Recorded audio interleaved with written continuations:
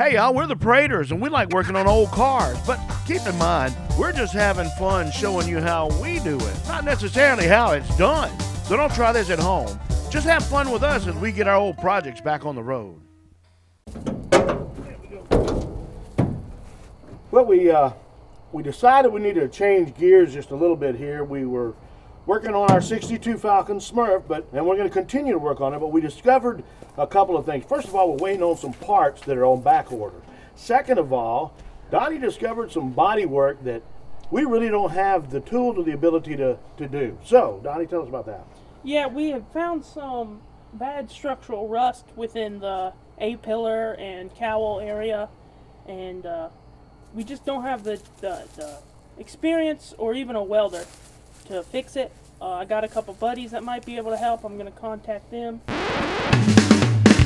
We're actually about to take Smurf to a bodywork friend of ours who is going to look at some of these rust issues. There we go. Especially these that look like they're structural. Yeah. And see if there's anything that they can do for us. They don't usually do this kind of work, but we're hoping that they'll be able to do it for us and help us out a little bit. The good thing is that all this is under a fender. Yeah. So you're not going to see it. It's just rats. And look, I pulled the dash out and pulled out piles of rats. Yeah, we got a lot of cleaning still to do in here. And so what happened is a bunch of rats lived in here, and pee-pee, rat pee-pee. Rat piss is really acidic, and this is all because of rat piss. Yeah, well, and we'll it's go get even worse when there's all that packing in there and it holds it. Yeah, exactly. So I mean, I'm not supposed to do that. No, you're not supposed to be able to do that at all. And also, it rotted out the bottom of it to where when the water gets in here, it's just gonna go all over your legs. Yeah, and so we don't want that. So. We don't want that. Whoop, let me go. There you go. There's and your face. also, this part of the rocker is gone. Yeah, same thing on the other side too. So.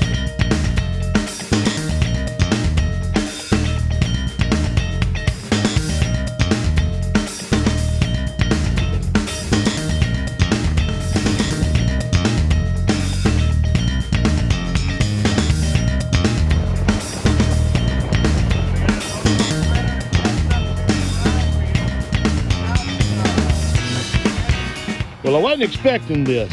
I brought Smurf up here just for my buddy who has a body shop to look at it. But he said, you know what?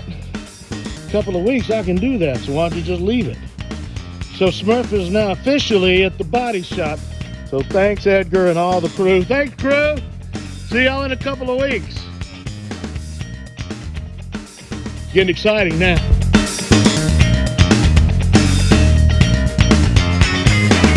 But in the meantime, we thought it would be better to just work on a different Falcon, one that already runs and drives and really just needed brakes, interior, and a couple little things that you just need to replace after it's sitting for 25 years. Yeah, and that's Robert Red Ford, our 63 Falcon. So, but you know one of the first things we need to do as we fix this car, one of the first things we need to do to this car? Yep. What's that? It's put a new hood. Open it, open it, open it, please, open it, open it. Ow. Oh, that was real. Yeah. Ow. The second thing is a brake job. Part of that brake job is going to be converting it to a dual circuit master cylinder. Pre-1967, all cars had a single circuit master cylinder, which only had one fluid reservoir and one outlet. And so this one outlet would go to all four wheels, and it worked fine. It did the job, but the problem would be is, let's say you got a little hole or a leak in one of your wheels. Well, since just this one reservoir pressurizes all four brakes, you're going to lose all brakes. So they upgraded to a dual circuit. As you can see, this has two reservoirs and two outlets. This one goes to the front, this one goes to the rear.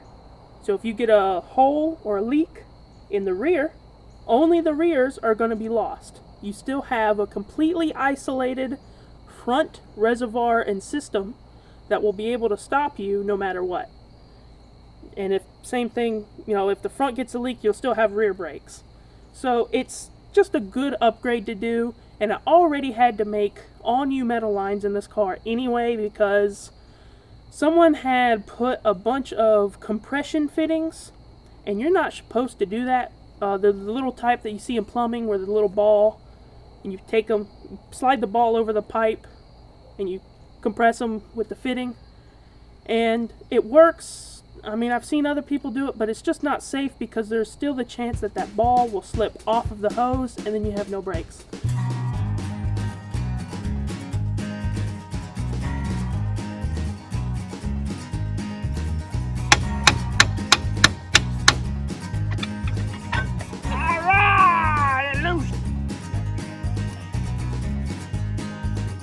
This side is all right. The other side is messed up.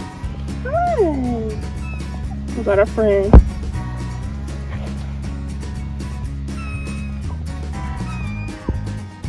What? All right, trying to get this. Let's get the. This one's got the adjuster hooked to a spring. It doesn't have a wire though. Wow, that spring is broken too. Yeah, the adjuster fell out and it caused a huge groove. Wow, that thing's groovy, baby. Yeah, It is completely gone. you can see how much of Yeah. from it. The adjuster fell out and it Yeah. ruined it. You can't really see it, but I mean it's like a 1/4 inch. Yeah, groove. that drum is what we call scrap iron. Repeat after me. Scrap iron. Or you can make a wall clock out of it. Oh, we could make a wall clock. Oh, that would be perfect. That would be a good wall clock. But only have 4 numbers on it though, see? Well, most clocks don't We'll do it like this. No, but haven't you seen the clocks that only have the 12? Yeah, that's what I'm saying. We'll do it like this. Well, that's noon. That's 6, 3, 9. So there we go. All right. No, in the center of the spring. Oh, Yeah, right here? stick it in there, yeah, to keep it rigid and then do it. Oh, Or, you could pry, like that? just like that. See? Now Wow. I finally was able to give you advice. You finally my foot. You give me advice all the time. Alright, got all the little screws out. And there's the wheel cylinder. It's really badly rusted and the bleeder had been broken off, so this thing is garbage. Tossing it away.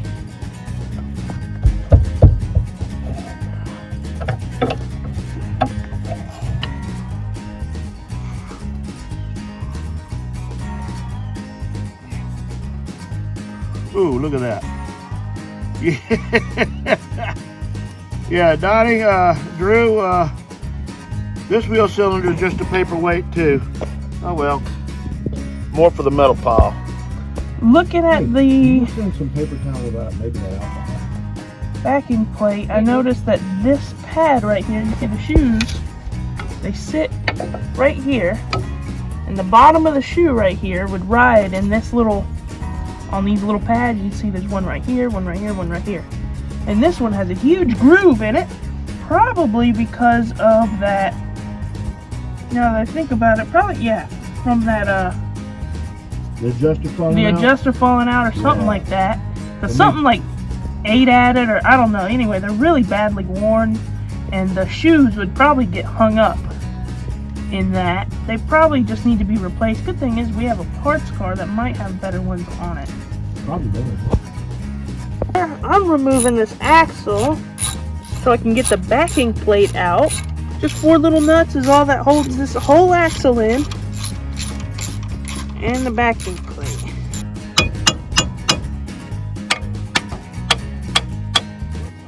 There it goes.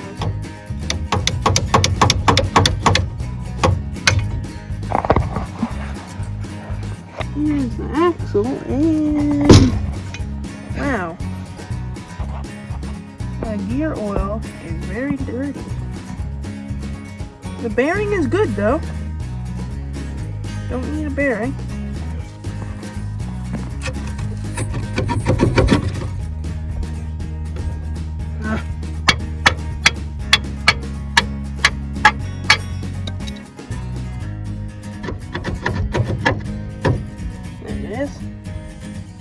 But as you can see, big groove, big groove. That one up there is even a little bit. So we'll probably just replace it. You know what we need to do is wash them all. And that's so covered in grease. We need to Yeah, we'll get like a little bucket with some gasoline. some gasoline or something. Well, too bad because I used it all in the Falcon this morning. Yeah, well, you know, funny thing about that could have not happened had we filled the tank up at some point this week. You saying we implies that it was also your fault. No. I'm saying we to be nice to you. It said it was an eighth of a tank full. Yeah. I don't Once know why I again- couldn't trust a 55-year-old fuel gauge. Once again, I'm going back to the mechanical fuel gauge, 55 years old. The backing plate, Yeah. and that did it for me. Or that, there you go, now you got it. What's in my damn car? Oh hell, I didn't take the big emergency brake thing out first. Hey, that's no fair, mine was way harder. Oh, there we go. It just came right on out. How come his side is so easier? The wheel on the car goes round and round. Not even. You can tap but it okay. backwards. There you go. I knew that. No, you didn't. Yeah, I do. Wait a minute, what? I said have kids. Hey, oh, that was tight too. I bet they put new bearings in. I bet you're right. But that feels really good. And that would And explain, look. that would explain all Look. that orange RTV. Yep, that's exactly what it is. Larry, why didn't you put the right... You think Larry did it?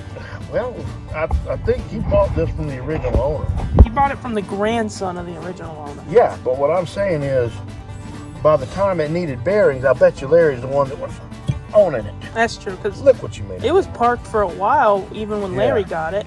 He Yeah. unparked it He and then reparked it.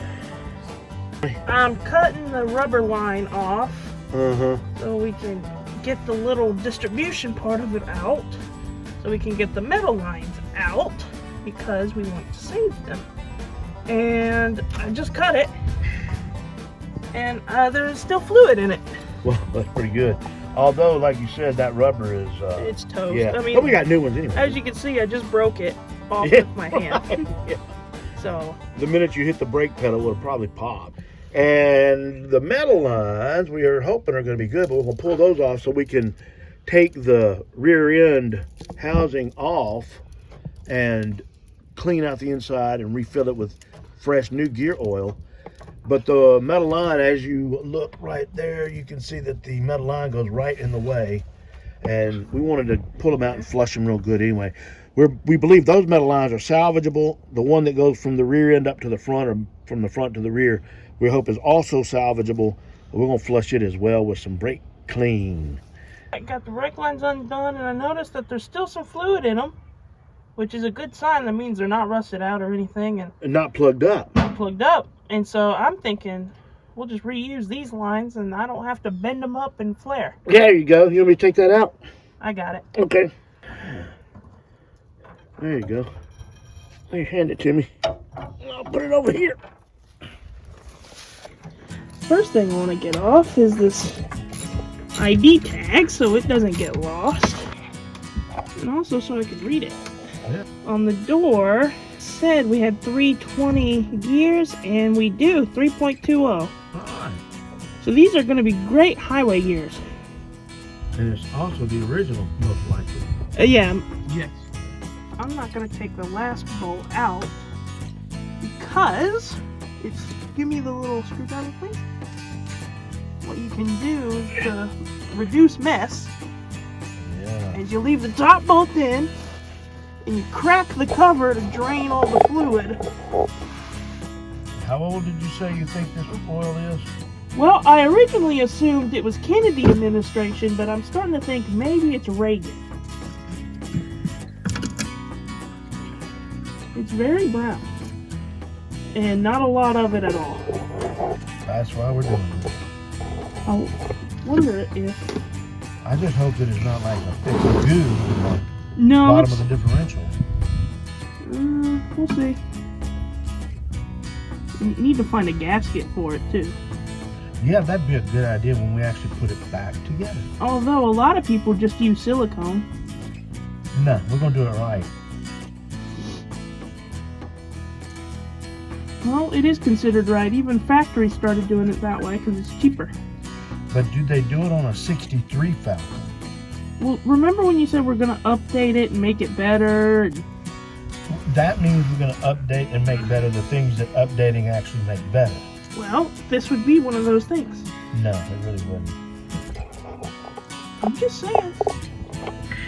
No. It might be easier than finding a gasket.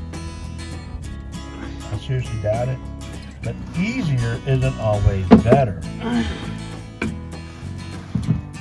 Oh, they got a lot of silicone on it. There's a huge hunk of it inside the... Yeah, look at that. That squeezed past the cover and was inside of there. Now you see why we don't want to use silicone. Well, you gotta use it right. They didn't. Still. Well, they did have a gasket on it. But just too much silicone in there too. Yeah, too much silicone on the gasket. A little bitty film of it to hold it in place while you're putting it together and to help seal, that's one thing. Yeah. But when you put gunk, huge hunks of caked gunk like that stuff can get in your gear set and cause a problem. Look at this. This one is made on shift number 3, the third shift of the day. That's cool. That's an overnight, folks, isn't it? The gear was. That's what it says on the gear. Drew, go take it out of park real quick, please. I don't want it to roll away. It's not. Oh, Yeah, oh that's right. The tires on the front are flat. Not to mention. Yeah, that would be why it doesn't roll away. That make the car roll. But so far, it looks really good in there. I mean, it's in excellent condition. City. What's that? There's a lot of sludge in the bottom of this. I don't think it would have been anything that hurts, but I mean, you can see. Probably would have at some point. That's why we want to go in there and a car's been sitting that long. You want to go in there and do these kinds of things. Yeah, Clean it up real unfortunately, the Reagan administration oil just didn't hold up that well. Well, while we were doing the brake job, we also decided to take the axles out and replace the wheel seals and the rear cover gasket and change the oil in the axle. And when we got the backing plates off, we noticed our springs are extremely worn down. And there was a sign, because if you look, someone had done some homemade with a plasma torch shackles. Now, Donnie just explained to you that we're going to replace the rear springs. Here's the new one. We already have. We actually ordered new ones.